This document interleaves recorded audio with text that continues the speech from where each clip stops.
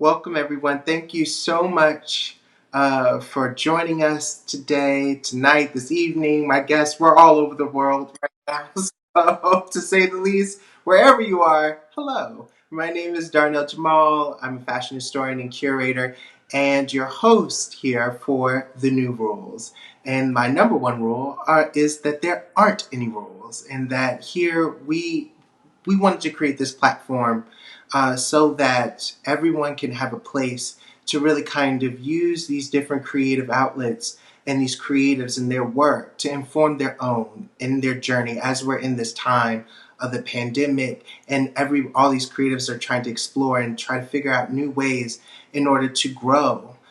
So I'm just so excited to have my guests here today, two which are amazing, incredible artists, one of which is here in the United States, another that is in Japan currently. So I'm just super excited, and I just want to jump right into it and just introduce my guests. My first is here in the United States, Umi. Hello. Hello.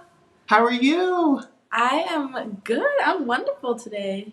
Yeah, feeling good. Feeling all the feels. Feeling all the feels. I would say this morning to like mid afternoon, I was feeling a lot. But now I've mellowed into the day, so the day feels nice now. That's nice. I'm glad. And my other guest we have is Crystal K. Hi. Hey! Hi. Good Good morning, should I morning. say. You got early. I appreciate No, not a problem at all. I'm feeling great. It's a beautiful day here in Tokyo today. It's lovely. It's a great start. that. Amazing. And to that, I mean, I just love the energy that you two have. We had a little slight conversation, of course, beforehand, and it was just I just love the energy here, and I need all of that right now. It is nighttime, and you know when it gets here in New York City at nighttime, our brains start to shut off. We're just like, where's the drinks? Where's the alcohol? How are we going to get to it? How fast can we get to it? But no, I'm just kidding. Thank you both for so much for joining us today. And thank you all out there also for your questions, because that is really the basis of what we wanted to create here at The New Rules. We wanted you to have your input on how these conversations are enacted. You know, I didn't want to sit here as the host and control what information is being derived from our guests. I want you all to know what you want to learn. And with that said, I want to kind of have a fun little moment just to get to know you both.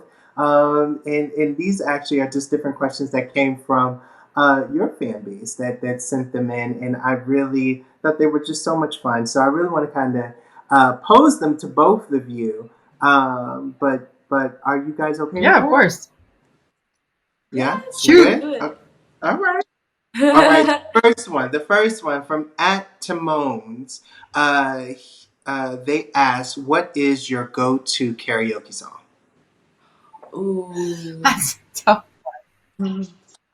I know mine. My go-to is Love, Keisha Cole. Every karaoke you'll hear me sing that song. Oh my God. Really? See, now you blew me out the water. Now I'm going to end the session. Now I want to see. Now I want to hear it. That's amazing. What about you, Crystal? Mine. I don't know. It's whatever I'm feeling that day, but for some reason, Michael Jackson. You know what? Any Michael Jackson song at a karaoke bar will get everybody like in a mood. So it's such a, you know what? Any Michael Jackson song is like a great party starter. You know, like it's like it sets the tone. Backstreet Boys. Mine. Oh, Backstreet Boys. Oh, that's true. Like any 90s, early 2000s, like everyone can sing along. Yeah. That. Oh my God. Who are and this actually lends itself to the next question from at Pespi1011. What are some of the artists on both of your playlists right now? What peers are you listening to, or are you listening to some predecessors? Let me see. I've been listening to a lot of Lenny Kravitz. Ah. You know, Ah. his music, like all of his songs, you hear it somehow like everywhere. Like it's Mm-hmm. very cinematic in a way. Mm-hmm. And they use a Yeah. lot of his stuff in like Japanese commercials too. I realized Mm, Hmm. it's very really? moody and it's kind of nice. I guess like during the pandemic, I've revisited a lot of old songs, early Mm-hmm. songs, and also DMX. Uh, Hmm. yeah. Wow. R.I.P. R.I.P. Yeah. I think timely. I mean, it's one of those things that I feel like everybody was listening to DMX when the news broke. I was at my barber getting a cut, and he just had it blasting. I was Hmm. just like it Hmm. was a moment, and I think his journey is something. It's almost a cautionary tale in a way. So Hmm. I feel that. What about you, Umi? Who's on your playlist? Recently, I've been listening to there's this song called Red Room by Hiatus Coyote. Hiatus Coyote is dropping a new album soon, and I Okay. love their music. It's very instrumental, very soulful. So I've been Hmm. listening to that. I've been listening to, as always, D'Angelo and Erykah Badu.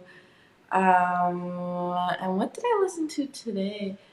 I'm also working on my album, so I've been listening back to songs from that.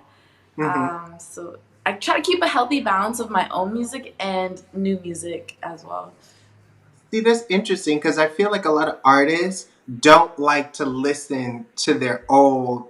Like, it's a split. I've Yeah. heard artists say they listen to their old things and they study what they've done, but then I heard other artists say once they're done with it, they don't watch or listen or look at Oh, I themselves. listen to Crystal, it. which realm?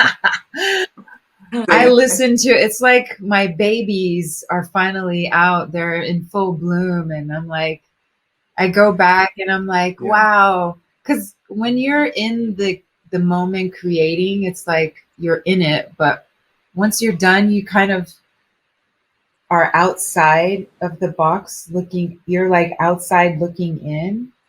And I'm like, oh, wow. Mm. Hmm. It's like, I don't know. I have like a clear mind and I listen to it from like an outside perspective. And I listen to it a lot, and I'm like, oh yeah, oh that's cool, oh that sounds good, yeah, cool. Mm. Hmm. I love that. It's fun. I I love. love listening to the finished product. Yeah. That's funny. I can't I feel like I have a very annoying voice, so I can't watch. It's very hard for me to watch myself over again and over again, or hearing myself. I'm literally just Mm. like, oh God, no, no, no, no, no, no, no, no, no. Someone else plays it. I'm No, no, like, no, no, No. no, no. turn that off. I don't want to listen. I don't want to see. My mom does it a lot. She's Mm. just like, look at my baby, and I'm like, no, we're not doing that today. Not right now. Oh my God. And it's the Yeah. last one here. And this is, even to your point, Crystal, this is by 5B Mark. Where is your happy place? Mm. Go ahead, Umi. My happy place is anywhere in nature. Yeah. I always feel it calling me when I haven't spent enough time with the elements. So, a good a good time in nature is my happy place. Yeah. Yeah, nature. How about you, Crystal?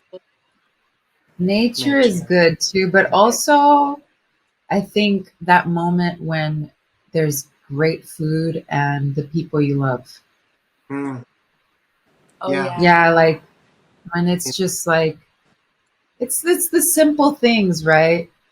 When it's like a Mm-hmm. bomb ass food or if this a spread Mm-hmm. mom's cooked and like your family or your Mm. friends, like just people you love or are important to you, and you're just enjoying it together. I those little moments, I'm like, oh,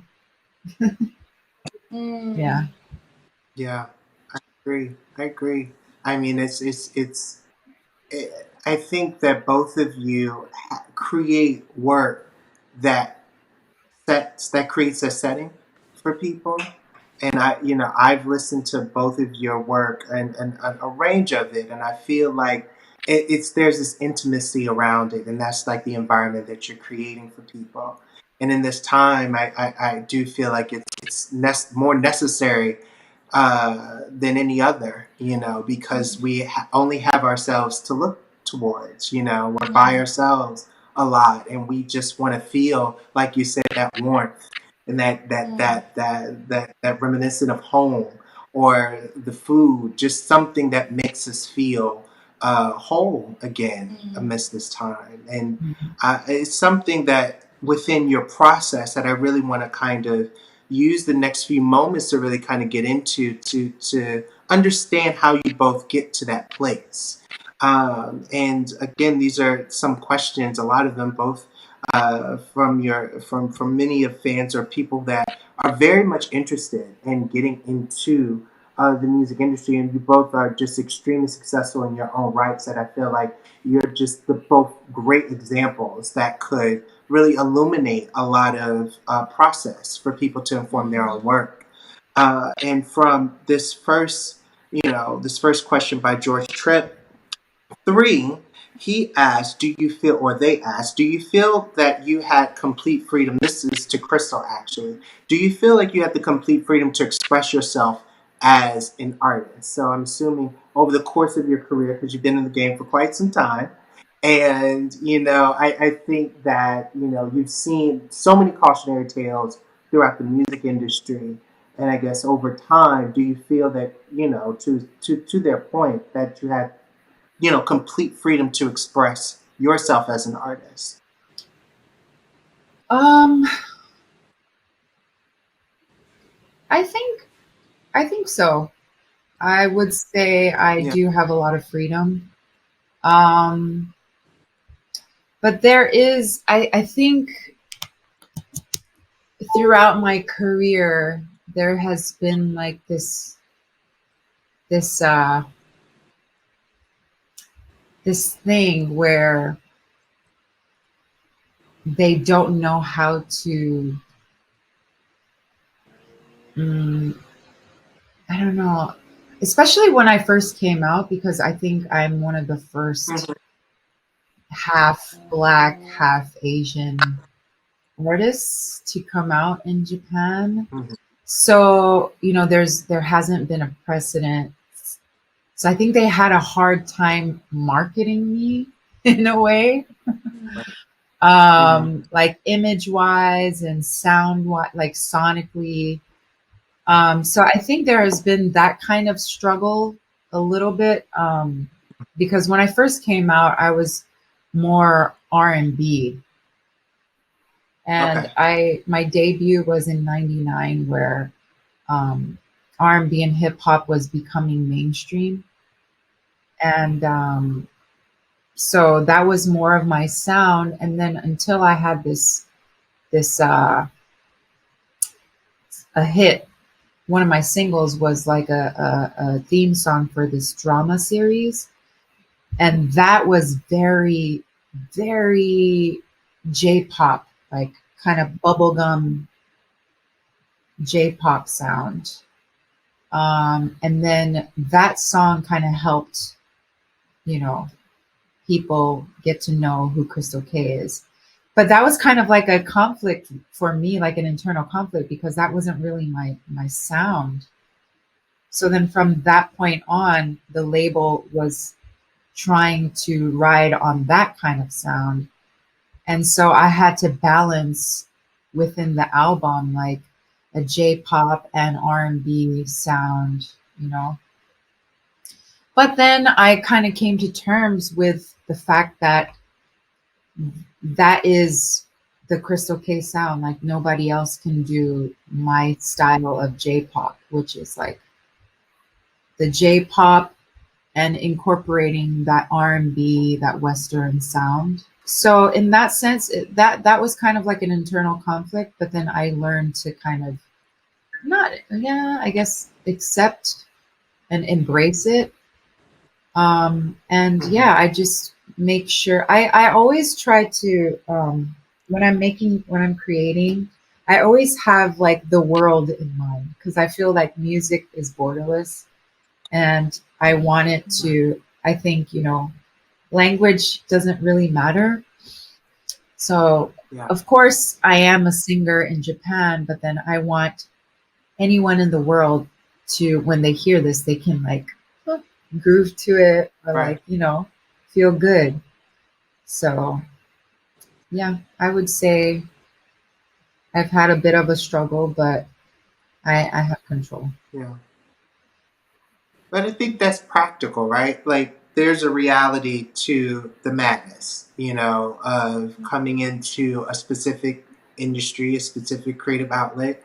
And there are different stakeholders that obviously are trying to make a buck. So, in what way do you balance, your own passion and what you give to the world with what they're desiring? I mean, in an ideal world, you would want those two things to align, right? So that you would allow, your freedom to be expressed in any way. But, sometimes you're, like you said, you are teetering the road. And to that, Umi, how do you feel, being, you're at the earlier point of your career? Do you feel like you have the freedom to express yourself within your music and within your entire artistry? Yeah, I feel really fortunate to be around a team of people and with a label who's very open to my creative input and my vision. And I noticed like the only person that puts those pressures on me are myself.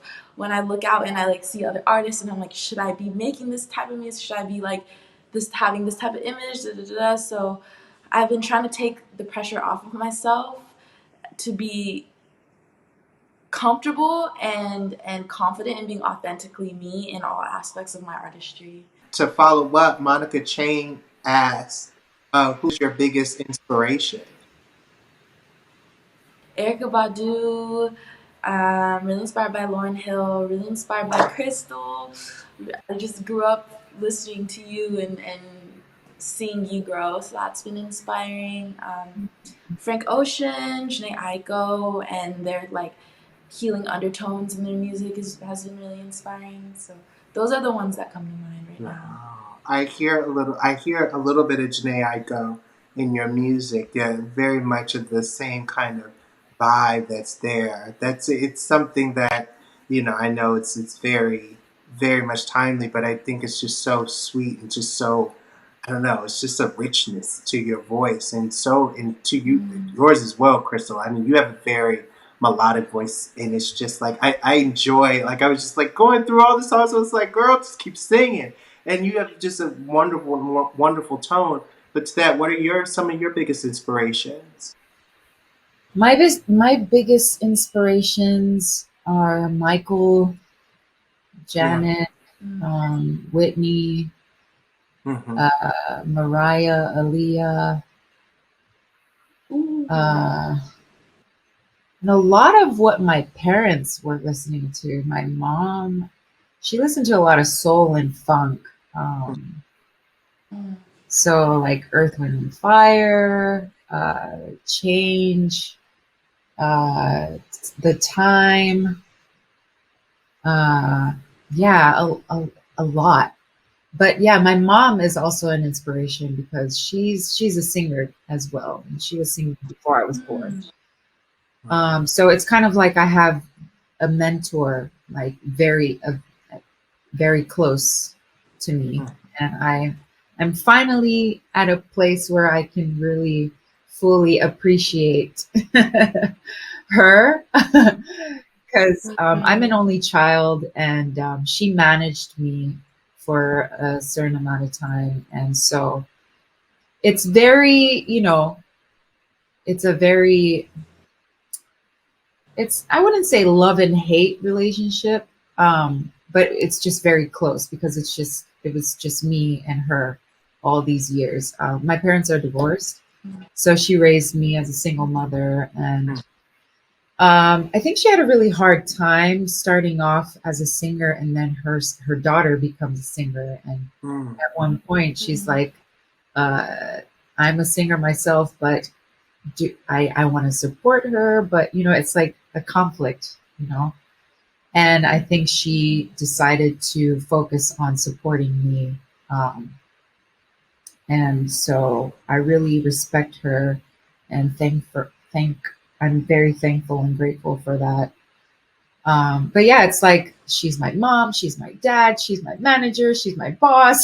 So it was at a certain point, it was just like, ugh. But then now we have like a good distance because I'm with different management, Mhm. and um, I'm not saying that it was bad. We were great. We were a great team. Um, but yeah, I'm the older I get, I feel like I see moments where I'm like, oh wow, because being a singer or an artist, there's so many things and so many aspects where it takes years to realize things, like Right. from techniques to how to handle things and relationships. And it's like I have someone like my mother who's very close to me who can just be like, "Oh, just do that, and you're good." Where some people it takes years to figure stuff like that out. So I'm really grateful for that. Yeah. See, and that's something that I was thinking about as I was, preparing for tonight, and because this is something that I really don't know in terms of the creation of a song or music or whatever art you're working on. Specifically, what is, I'm curious to know the how important critique is and how important, getting those different opinions are from other people. And even before that, and I posed to both of you, this is from Belita, how she or they asked, how do you source your production teams? So I think this is coming from a place of wanting to know, how do you formulate the people around you? And then to follow up, how important is critique specifically from those people? Mm, that's a, that's a lovely question, a very layered question. Um, I would say, ooh, I'm a very energy based Mm-hmm. person, and I usually, once I meet a person, I know if there's someone who I want to keep in my circle or someone who may not be in alignment. And so, over the past few years of making music, going to sessions, meeting with people, I've kind of like curated a group of people and producers that I really enjoy working with. And I feel like it's the right person when you feel comfortable sharing your deeper truths with them, because I think the best songs come when you aren't hiding parts of yourself, or even like you don't feel, at least for me, like I don't feel um, self-conscious when I'm in the booth and I'm trying like experimental things with my voice or belting a new note I haven't tried before. So people who can bring that out of me. Um, and critique is very important. I think that sometimes, like, when I'm creating the music and helping with the production and just like getting really intertwined with it, it's hard to step, like you said, step outside the Mm-hmm. box and look at it from another perspective. And sometimes it's like I can just be way too critical of my songs.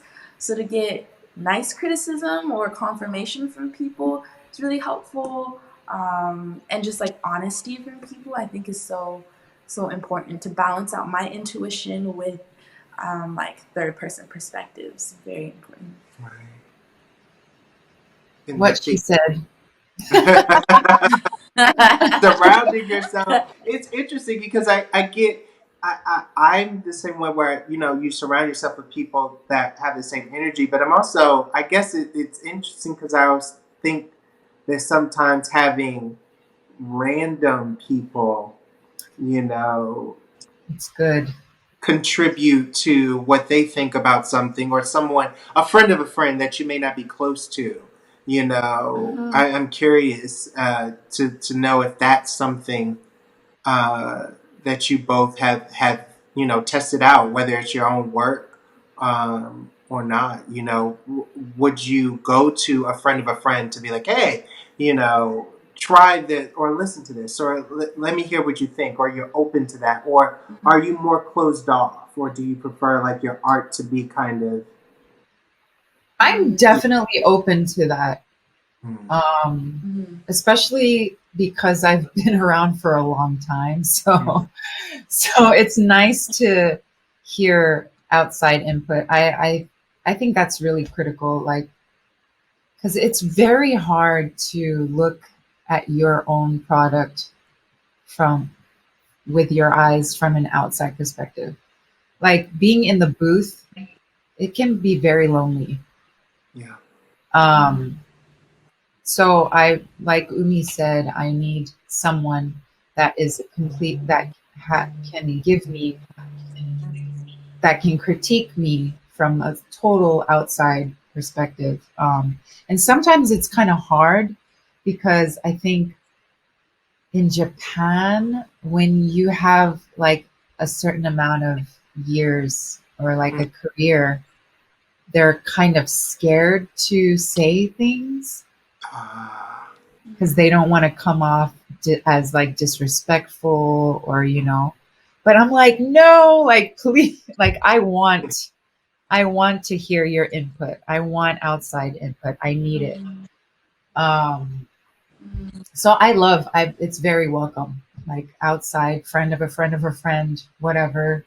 Yeah, I listen. like No, shoot, like I want to hear it. I need to know what kind of effect my music or what I'm Mhm, doing is having on certain people or young people. right, So I'm very open to that. yeah, yeah, and I always think like ultimately the majority of people who listen to my music are people who don't like who've never met me hmm, before, and so making sure like they can still get an idea of me, the message, the sonics of the song on first listen is really important. And they don't have to know me in a sense to know me hmm. through the music. I think that's beautiful. I really, I think that feedback is so important, especially in your both of your lines of business and your line of work, because it's going out to such a public audience, and now with streaming services, it's even more accessible to get music and content. So making sure that it's up to the standard that you believe is something that is very, very essential. Into that, I appreciate you guys illuminating our process. And now at this point, I would love to kind of get into a few questions that are more about identity within your work, because I think that you both share that overlap in common, which I'm hopefully that you both can speak to that, and in what ways that you feel that identity should be, how much it should is incorporated, you want to incorporate it, or advice on how an artist should incorporate it within their music to that extent.